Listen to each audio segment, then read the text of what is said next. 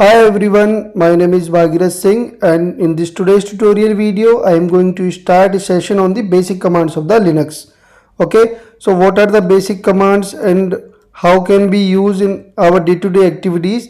So these I have mentioned in this file. There are 22 basic commands or you can say that your base of the Linux. So ये जो हम two parts में cover करने वाले हैं, first 10 commands जो है हम आज कवर करेंगे एंड बाकी की 10 कमांड्स जो है हम अपना सेकंड पार्ट में नेक्स्ट वीडियो में कवर करेंगे। ठीक है, तो ये अब दो पार्ट में अपना लिनक्स का बेसिक जो है वो आपका क्लियर हो जाएगा। ठीक है जी, तो हम जब स्टार्ट करेंगे आपका फर्स्ट कमांड से, तो जो कि आपकी फर्स्ट कमांड क्या रहने वाली है, कैट कमांड। ठीक है जी, तो कैट कमांड क्या होती है, ठीक है, उसको हम किस तरीके से यूज कर सकते हैं, ठीक है, और लिनक्स में उसका क्या यूज है, तो वो सारी चीजें हम देखेंगे। दूसरी अपनी इको कमांड है, तो इको कमांड का क्या यूज है, ठीक है। उसके बाद आपका mkdir कमांड आती है, तो mkdir क्या होती है, ठीक है, and what is pwd, what is cp command, what is mv command, what is rm command, ls and how to use vi। ठीक है, तो vi क्या है, कैसे यूज किया जाता है, क्या होता है vi, टच कमांड क्या होती है आपकी, ग्रेप कमांड क्या है, लेस कमांड क्या है, ठीक है, मोर कमांड क्या है आपका, ठीक है जी, आपका हेड कमांड क्या हो गया, टेल कमांड क्या हो गया, short cut, SCD, find and symbolic links. ठीक है, तो ये कुछ कमांड्स हैं तो जो कि हम बेसिक्स में कवर करेंगे। तो फर्स्ट हम देख लेते हैं अपने ये 10 कमांड्स को। ठीक है, तो जब हम बात करते हैं कैट कमांड की, ठीक है, तो कैट कमांड बेसिकली क्या होती है, to display the content of the file, content of the file. किसी फाइल का आपको कंटेंट देखना है तो आप किसका यूज करोगे, कैट कमांड का यूज करोगे। जैसे मेरे को एक फाइल होती है etc passwd, जो कि यूजर की इंफॉर्मेशन इसमें अवेलेबल होती है। तो अगर मेरे को इसको कैट करना है तो मैं इस तरीके से इसको कैट करके देख सकता हूँ कि इस फाइल के अंदर क्या लिखा हुआ है, क्या मेंशन है। ठीक है, या फिर आप इसके थ्रू एक न्यू फाइल भी क्रिएट कर सकते हो। जैसे मैं मान लो test.txt करके एक फाइल क्रिएट करता हूँ, तो इस तरीके से आप ये ग्रेटर देन सिंबल यूज करके आप इसको न्यू फाइल क्रिएट कर दो। तो आपको ये इंसर्ट मोड देगा कि आप लिखना चाहते हो, क्या लिखना चाहते हो। मैं लिखना चाहता हूँ welcome to IT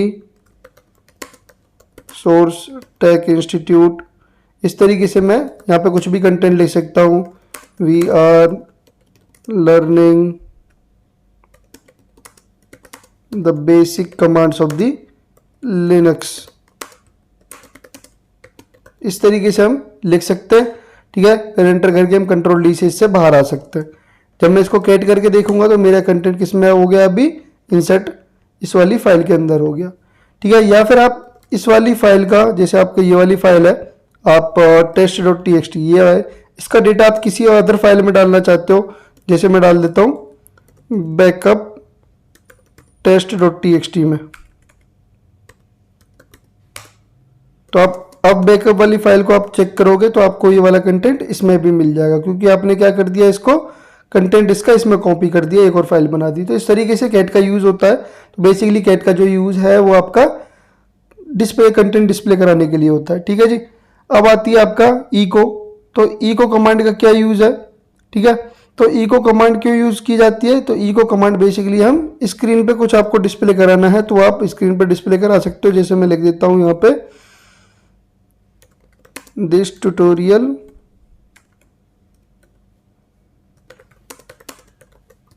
is related to basic commands। ठीक है, इस तरीके से मैंने लिख दिया तो ये मेरे स्क्रीन पर डिस्प्ले करा के दे देगा। ठीक है, आप इसको किसी अदर फाइल में भी डाल सकते हो। ठीक है, तो आप अदर फाइल में कैसे डालोगे, तो आप यहाँ पे ये सिंबल यूज करोगे, देन आप डाल दोगे, जैसे मैं यहाँ पे डाल देता हूँ कमांड्स के अंदर। ठीक है, अब जब कमांड्स को आप क्या करोगे, इस वाली फाइल को देखोगे तो आपने जो स्क्रीन पे डिस्प्ले कराया था वही आपका इस फाइल में लिख चुका है। ठीक है, तो इस तरीके से आप इको का यूज कर सकते हो। तो इको जो बेसिकली कोई किसी भी मैसेज को या किसी भी कंटेंट को डिस्प्ले कराने के लिए होता है, आप स्क्रीन पे डिस्प्ले करा सकते हो, फाइल भी क्रिएट कर सकते हो। ठीक है जी, नेक्स्ट अपनी जो बेसिक कमांड्स में जो कमांड है वो है अपनी mkdir। तो mkdir क्या होता है, तो mkdir होता है आपका मेक डायरेक्टरी। क्या होती है, मेक डायरेक्टरी, ठीक है। कमांड हो गई आपकी mkdir, ठीक है जी। डबल एज में क्यों यूज़ कर रहा हूँ, ये मैं इसलिए यूज़ कर रहा हूँ कि ये एज अ कमांड यूज़ ना हो, एज अ टेक्स्ट ही वर्क करेगी, ठीक है। तो मेक dir यानी डायरेक्टरी, आपको डायरेक्टरी यानी कि फोल्डर, विंडोज में आप फोल्डर बोलते हैं, तो यहाँ पे हम क्या बोलते हैं, डायरेक्टरी बोलते हैं लिनक्स में, ठीक है। तो यहाँ पे आपको डायरेक्टरी क्रिएट करनी है तो आप mkdir कमांड का यूज़ करोगे, ठीक है जी। जैसे mkdir, मान लो आपको डेटा डायरेक्टरी क्रिएट करनी है, सिंपल आप क्रिएट कर सकते हो, ठीक है।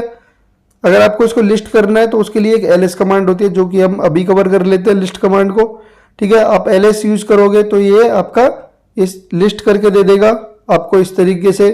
आप ll यूज करोगे तो ये लॉन्ग लिस्ट करके देता है, तो llb कमांड होती है, ठीक है। तो यहाँ पे आपको सारी चीजें दिख रही होंगी। तो ये d आपको मेंशन होता है, फाइल का टाइप है, तो ये आपका डायरेक्टरी हो गया। ये आपका क्या है, एक आपका रेगुलर फाइल हो गई, ठीक है जी। नेक्स्ट हम बात करते हैं, तो नेक्स्ट हम बात करेंगे कि ls स्पेस हाइफन lrth अगर आप यूज करते हो तो r का मतलब आपका रिकर्सिव हो गया। तो आप लेटेस्ट आपने कौन सी फाइल क्रिएट की है, डेटा, तो आपको ये इस तरीके से विजिबल कराएगा, टाइम विजिबल कराएगा टाइम के according and human readable format में। तो इस तरीके से हम ls कमांड को यूज कर सकते हो आप लोग, ठीक है जी। तो हम mkdir पे बात करें तो हमने एक डायरेक्टरी क्रिएट की थी, डेटा डायरेक्टरी, ठीक है। तो अगर आपको एक पेरेंट डायरेक्टरी के साथ कुछ सब डायरेक्टरीज भी क्रिएट करनी है, यानी कि डेटा के अंदर कुछ और डालना था, या फिर मैं कोई और नई डायरेक्टरी क्रिएट करने जा रहा हूँ, उसके अंदर सब डायरेक्टरी मेरे को क्रिएट करनी है, तो मैं एक सिंगल कमांड के साथ p हाइफन यानी पेरेंट डायरेक्टरी मेरी जो रहेगी, मान लो मेरी एशिया है, मैंने एशिया वाला एक डायरेक्टरी क्रिएट किया, उसके अंदर मैंने एक इंडिया वाला डायरेक्टरी क्रिएट किया, उसके अंदर मैंने एक दिल्ली वाला डायरेक्टरी क्रिएट कर दिया। इस तरीके से मैं डायरेक्टरी क्रिएट कर सकता हूँ विथ पेरेंट डायरेक्टरी एंड सब डायरेक्टरी एक ही कमांड में, ठीक है जी। तो आप इनको कैसे चेक करोगे, तो आप इनको चेक कर सकते हो ls-lrth आप रन करोगे तो आपको एशिया नजर आएगा।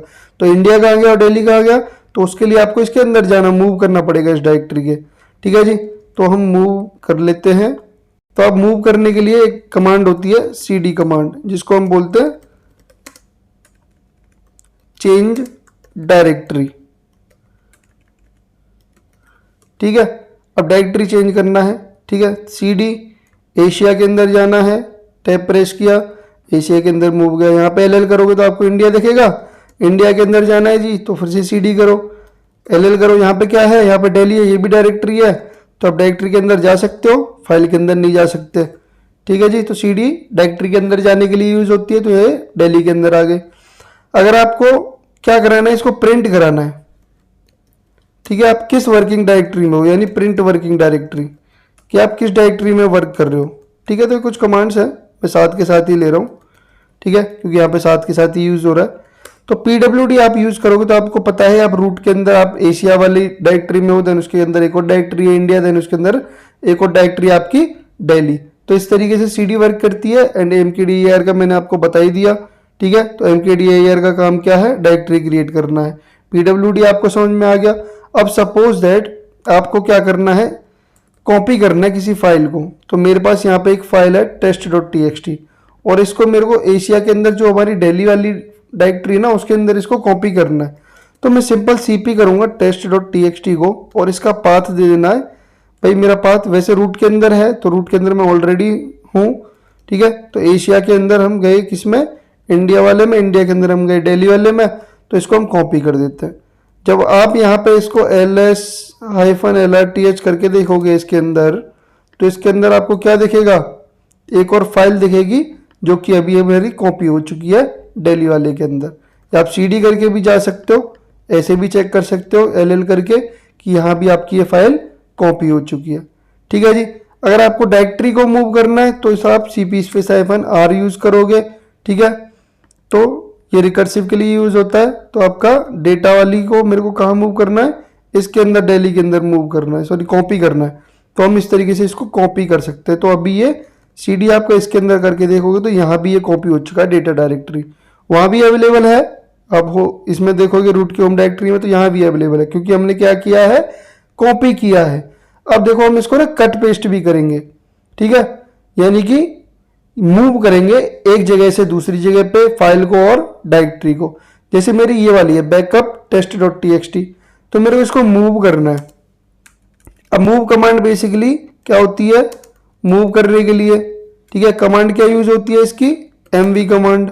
इसको मैं दो तरीके से यूज कर सकता हूँ, मूव करने के लिए भी और रीनेम करने के लिए भी, ठीक है जी। तो रीनेम करने के लिए भी मैं एमवी कमांड यूज कर सकता हूँ। पहले हम मूव करेंगे, ठीक है। तो MV backup dot T X T, किस में डालना है इसको, आपको स्लैश एशिया के अंदर डाल दो बस, एशिया के अंदर, स्लैश नहीं, एशिया के अंदर, ठीक है। अब सीडी करके एशिया के अंदर जब जाओगे तो आपको क्या दिखेगा, इंडिया वाली तो है थी पहले से, एक और फाइल हमारी क्या हो चुकी है, मूव हो चुकी है। मूव होने का मतलब तो आपकी, अब जब होम डायरेक्टरी में आप चेक करोगे, होम डायरेक्टरी में हमारी ये नहीं मिल रही है, कहीं नहीं दिख रही है हमको भाई, क्योंकि वो एशिया के अंदर मूव हो चुकी है। सपोज दैट आपने कमांड्स वाली फाइल को क्या करना है, रीनेम करना है, तो आप एमवी कमांड के थ्रू कर सकते हो। जैसे मैं इसको डाल देता हूं भाई cmd.txt, ऐसे करके इसका रीनेम कर देते हैं, ठीक है जी।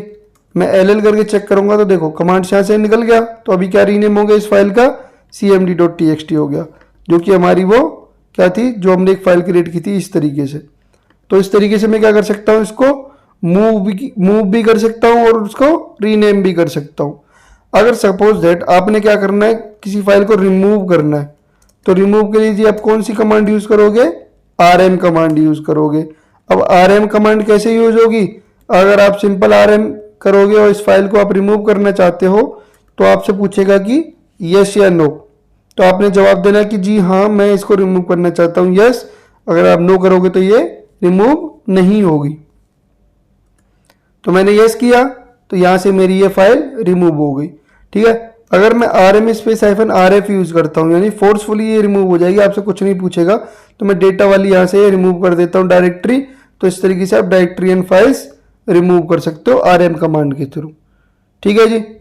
तो ये वाली हमारी कुछ कमांड्स हो गई। अब आगे आती है, अगर आपसे बोले how to create an multiple empty files,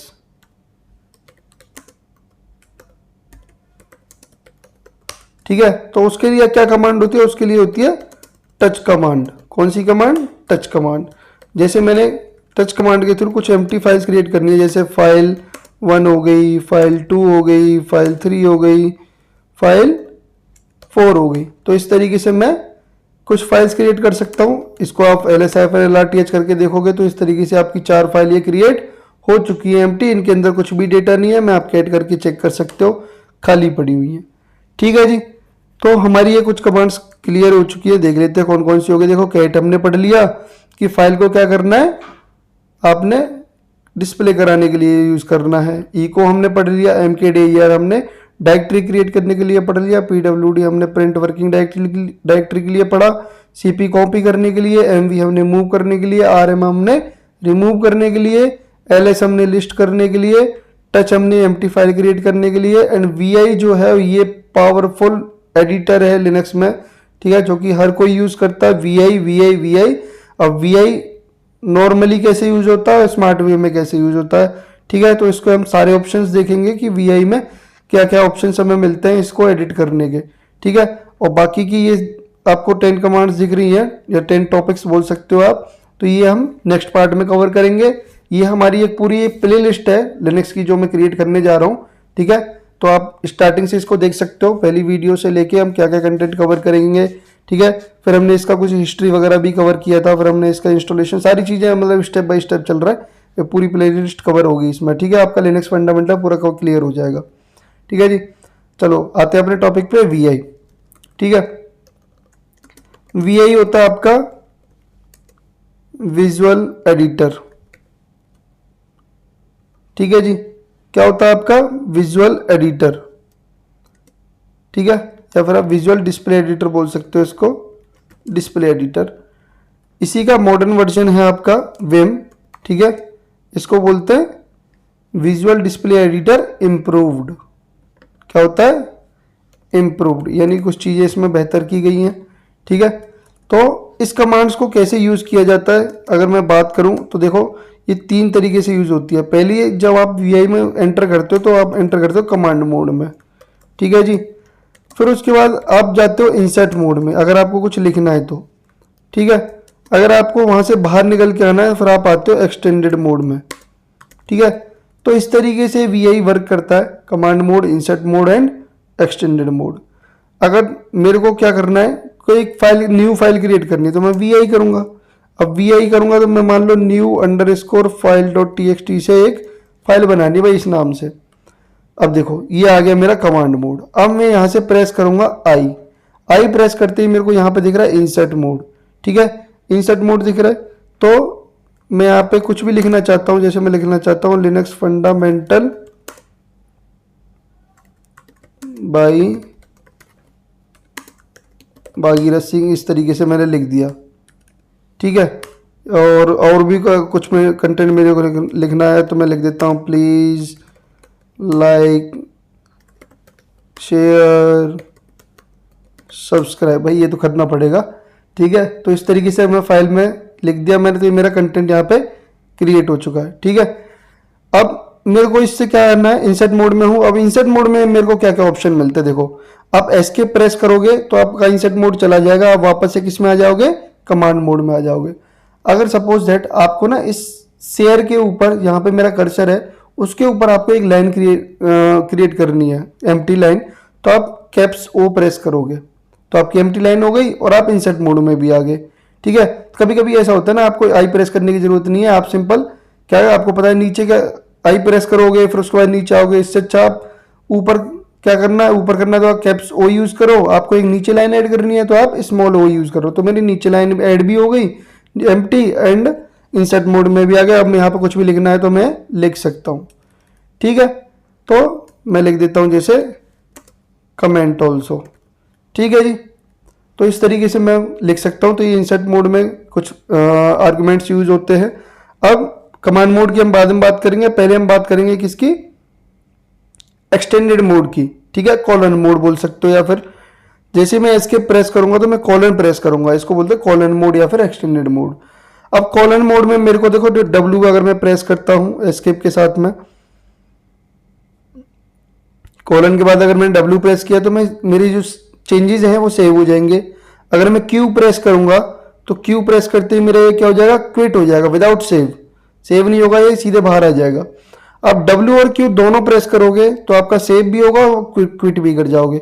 अगर आपको फोर्सफुली सेव करना है तो आप ये सिंबल यूज करोगे, फोर्सफुली क्विट करना है तो इसके साथ में आप ये फिर एक्सक्लेमेशन वाले ये सिंबल यूज करोगे, ठीक है। आपको सेव और क्विट के साथ में भी इसको फोर्सफुली आप कर सकते हो, ठीक है। तो इस तरीके से आप इसको यूज कर सकते हो। आपको क्या करना है, आपको नंबर ऑफ लाइंस को देखना है तो आप क्या यूज करोगे, SE और NU।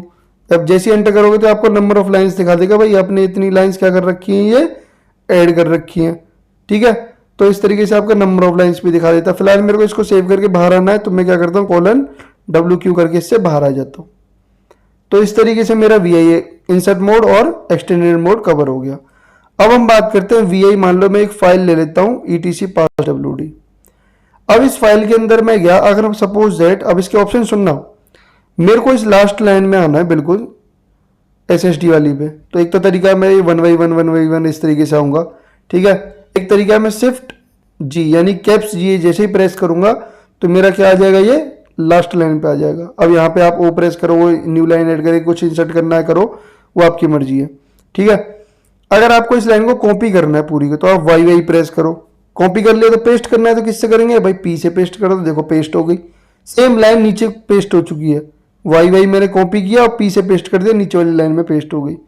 अगर इस लाइन को पूरी को रिमूव करना है तो आप D प्रेस करोगे तो पूरी लाइन ही उड़ गई भाई, ठीक है, उड़ गई। तो आपने अब क्या करना है, सपोज दैट आपने इसको विदाउट इंसर्ट मोड जाए, आपने किसी भी करेक्टर को रिमूव करना है तो आप XX इस तरीके से प्रेस करते जाओगे तो ये रिमूव होता चला जाएगा। देखो रिमूव हो रहा है, सारी चीज़ें रिमूव होती जा रही है एक एक करके करेक्टर। भाई आपसे गलती से अगर वो रिमूव हो गया और आपको नहीं पता था क्या लिखा हुआ हो तो आपको अंडू करना पड़ेगा ना, या फिर आप बाहर आओगे फिर वापस से अंदर जाओगे फाइल के क्विट करके, ठीक है, विदाउट सेव करके। तो वो करने से बेटर आप U प्रेस करो। तो देखो जो भी आपने अभी रिमूव किया तो एक एक करके वापस अंडू होता जा रहा है। पूरी लाइन को अंडू करना है तो शिफ्ट दबा के U प्रेस कर दो तो पूरी लाइन आपकी अंडू हो जाएगी, ठीक है। और भी कई सारे ऑप्शन है, जैसे मैं शिफ्ट M प्रेस करता हूँ तो ये मिडिल में आ जाता है शिफ्ट M प्रेस करने से, ठीक है। या फिर मैं शिफ्ट दबा के आपका जो ब्रैकेट रहता है, ठीक है, ब्रैकेट कौन सा, जो आपका स्क्वायर ब्रैकेट और कर्ली ब्रैकेट जो रहता है वो जिस पे, तो आप उसको अगर प्रेस करोगे क्लोज वाले ब्रैकेट को, तो आप इस तरीके से लास्ट में आ जाओगे। देखो टॉप पे गया, लास्ट में आ गया। लेफ्ट वाला मैंने ओपन वाला ब्रैकेट यूज़ किया तो मैं टॉप पे आ गया, क्लोज वाला किया तो लास्ट पे आ गया, ठीक है। और भी कई सारे ऑप्शन है इसमें, जैसे मैं होम बटन प्रेस करता हूँ तो मैं लास्ट की लाइन के स्टार्टिंग में आ गया, एंड प्रेस करता हूँ तो लाइन के लास्ट में आ गया। तो इस तरीके से हम इनको यूज़ कर सकते हैं कमांड मोड में, ठीक है जी।